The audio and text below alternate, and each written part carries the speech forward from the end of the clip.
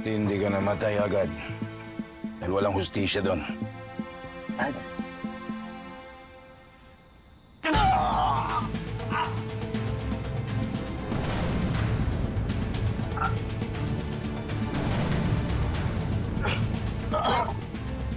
Kasi araw-araw ka namamatay. Para nararamdaman mo gaano kasakit ang ginawa mo sa aking anak.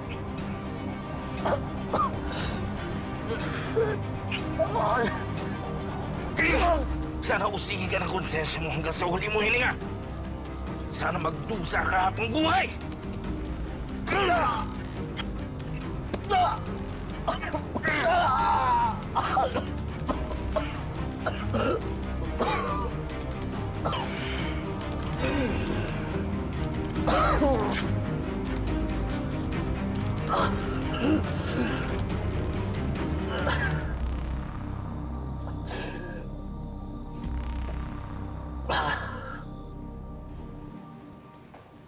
Baka nandiyan na si Robert sa kwarto ninyo. Punta mo na.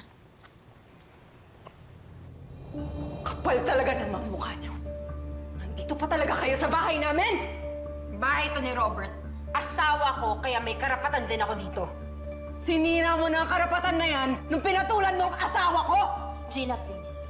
Pwede naman tayo mag-usap-usap ng maayos eh. Kamusta na pala ang daddy mo? Nasaan siya? Sa tingin niyo talaga maayos pa to? Hindi ako papayag na lokohin pa ng anak mo ang daddy ko! Kaya lumayas kayo dito! Layas! Robert ang nagdala sa akin dito, kaya siya lang may karapatan na palayasin ako! Kapal na mukha mo, Betsy! Layas! Huwag mo ang sasaktan ng anak ko! Kasi magkakalintikan tayong dalawa! Tingin mo natatakot ako sa'yo? Pwes kakalad ka rin ko kayo palabas! Ano ba? Layas! Huwag mo saktan yung nanay ko! Lumayas ka na ba? Lumayas kayo! Hindi! Wala talaga kayong delikadesa, no? Nasisikmura niyo pang humarap dito pagkatapos ng kawalang hiyang ginawa niyo sa pamilya namin! Tao lang ako nagkamali! Hihingi ako ng tawad kay Robert! Sa tingin mo talaga papatawarin ka pa ng tatay ko? At bakit hindi? Nagmamahalan sila, Gina! At mas kailangan ako ng daddy mo kesa sa'yo. Anak ka lang. Oh! Anak ako! Kadugo ako! May nabibigay ang asawa na kahit kailan hindi kayang ibigay ng anak. Kahit kadugo ka pa. Ha? Ano nga ba yun? Ang mga nabibigay ng mga prostitute? Paano ka nga ba naiba sa kanila, Betsy, ha? Ay, hindi. Teka lang. Mas masahol ka pa sa kanila kasi ikaw, nang huhut-hut ka na, nakakaliwa ka pa! Kahit saan pa ka nakakarating, mas gamang ang asawa kesa sa anak. Kaya nga better half ang tawag sa amin. Hindi mabubuo ang daddy mo nang wala ako. Tama! Kaya si Robert lang ang may karapatan na magdesisyon. Si Robert lang. Wala nang iba.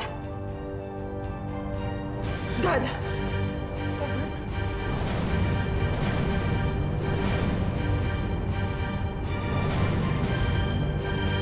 But you are an exception to the rule.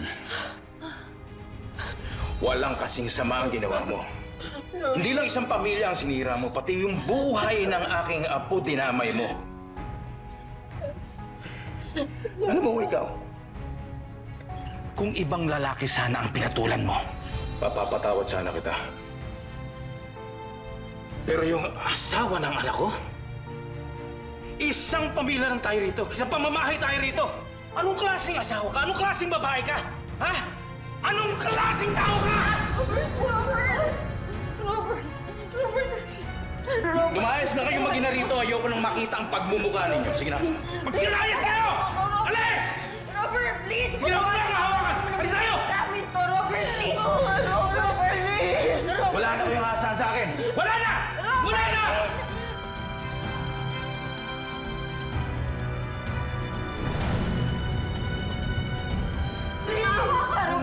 Wala na kayong aasahan sa akin! Wala! Robert, please! Minahal mo rin naman ako, kaya mo ko pinakasalan, di ba? Isang malaking pagkakamali yun! At napakaswerte mo talaga sa akin. At nabulag ako. Lahat binigay ko sa'yo, di ba? Lahat binigay ko sa'yo para maging masaya ka! Anong ginawa mo? Napakawalang hiya mo. Binaliwala mo lahat! Dahil sa pangangaliwa mo! At sa asawa aking anak! Robert, please, nagmamakaawa ako sa'yo. Tama na! Huwag mo naman gawin sa amin to. Tama na! Alalahanin mo lahat ng pinagsamahan natin. Noon, akala ko ito ang magbubuo sa akin. Minahal kita na sobra. Nung meron pa rin akong nararamdaman para kay Vivian, nagpigil ako. Dahil ayokong sirain ang tiwala mo. Ayokong sirain ang kasal na sinumpaan natin. Nanindigan ako sa tama. Kahit na mahirap, pero ang ginawa mo, sirain mo yun. At binastos mo ng paulit-ulit ang kasal na pinahahalagahan ko. Robert, please. Please, mas bata ako sa'yo. Immature ako, kaya siguro nagawa ko yun. Naging marunong ako, pero tanga ako, gaga ako, pero pinagsisisihan ko na yung ginawa ko. Lahat ng rason inisip ko para patawarin ka, pero wala talaga, Betsy. Wala na! Kaya kayong dalawa, kayong mag-ina, lumayas na kayo dito! Huwag na kayo babalik sa mamamahay ko ito! Alis! Alis! Alis na kayo!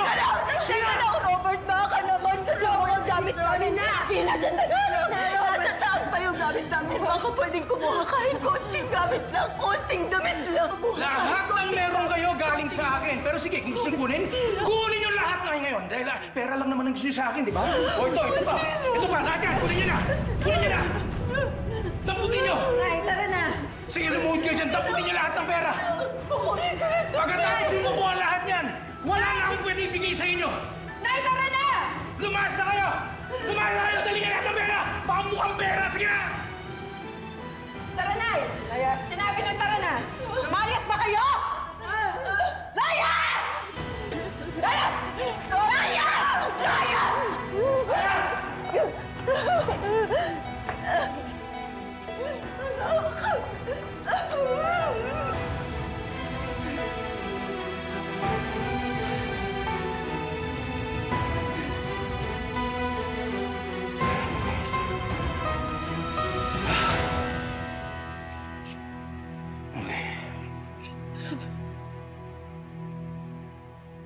Nakuha mo na lahat, ha? Mga mamahalin yan, ha? Nakuha ko na. Kailangan ito-todo na natin yung paggamit ng credit card. Unahin mo para magkasya. O, tapos akin yan. Pagsamasamahin mo na dito. Ito na. Your total is 25,950. Baka malaglag. Laglag yan. Lahat na po ba dito, ma'am? Oo. Ayan na.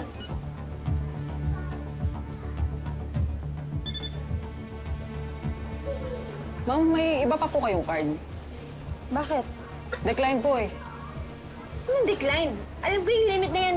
Ulitin mo. I'm sorry, ma'am, pero nakablock na po siya. Kailangan ko na po itawag sa bangko. Ha? Wag! Maayos yung card ko na yan! Gawan mo ng paraan! Kayo po ba ang principal card holder nito? Hindi. Si Robert yung asawa ko. Baka po pinaka-cancel niya na po ito. Mag-usap na lang po kayo. Paano kami mag-uusap? Ihuli na nga kami! Pinalayas na nga ako ng bahay eh! Hayaan mo na, nak. Binibidyo ka, nakakahiya. Tama na isang skandal. Halika na.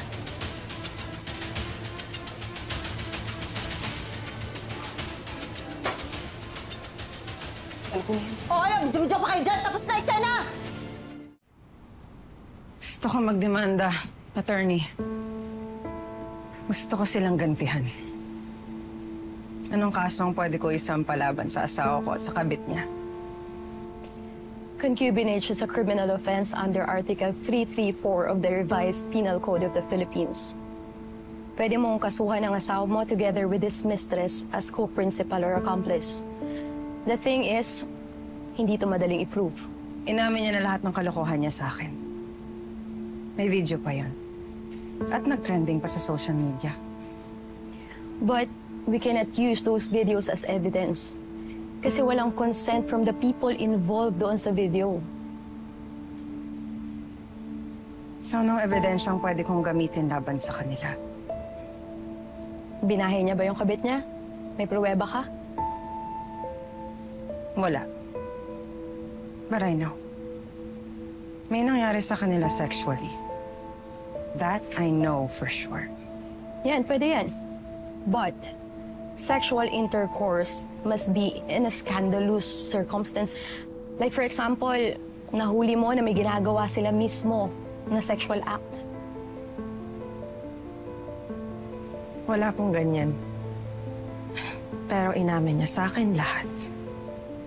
Yan yung sinasabi ko. Alam mo, to be honest, concubinage is harder to prove than adultery, which applies to women. And the penalty is lighter. 6 na buwan hanggang 6 na taon lang na pagkakakulong yan pag napatunayan mo or pag nanalo ka. Hindi sapat na parusa yon para sa panloloko na ginawa nila sa akin. Kung determinado ka talagang parusahan sila, kailangan mong mangalap ng ebidensya. Witnesses, photos, messages, or anything that will support your case. But that's gonna be tough. What are my other options? Actually, na-mention na sa akin to ng daddy mo. And here's my recommendation. Ma'am, di po kayo pwede mag-withdraw? Anong hindi ako pwede mag-withdraw? Eh sa akin nakapangalan yung account na yan. Wala kayong karapatang i-hold yan. I'm sorry, ma'am, pero yun po talaga yung lumalabas sa system. Your account is frozen for the time being. Hindi pwede! Hindi mo pwede gawin sa akin to! Pera ko yan! Pera ko yan! Amin na yan! Pera ko yan! Hindi mo pwede gawin sa akin to! Amin na yan! Sandali! Sandali! Sandali lang! Kinukuha ko na yung pera ko! Wala akong ginagawang masama! Sandali! Ano ba? Sandali na! Itinabata ko kayo! Ano ba? Sandali! Sandali! Sandali! Kinukuha ko na yung pera ko! Sandali! Sandali! Wala naman akong ginagawang masama! Mga walang yara! Sandali! Sandali! Sandali! Buksan niyo to! Sandali! Hindi pwede! Hindi niyo pwede gawin sa akin! Hindi pwede! Hindi pwede! Hindi pwede! Pero ko yun! Pero ko yun! Hindi! Hindi! Hindi!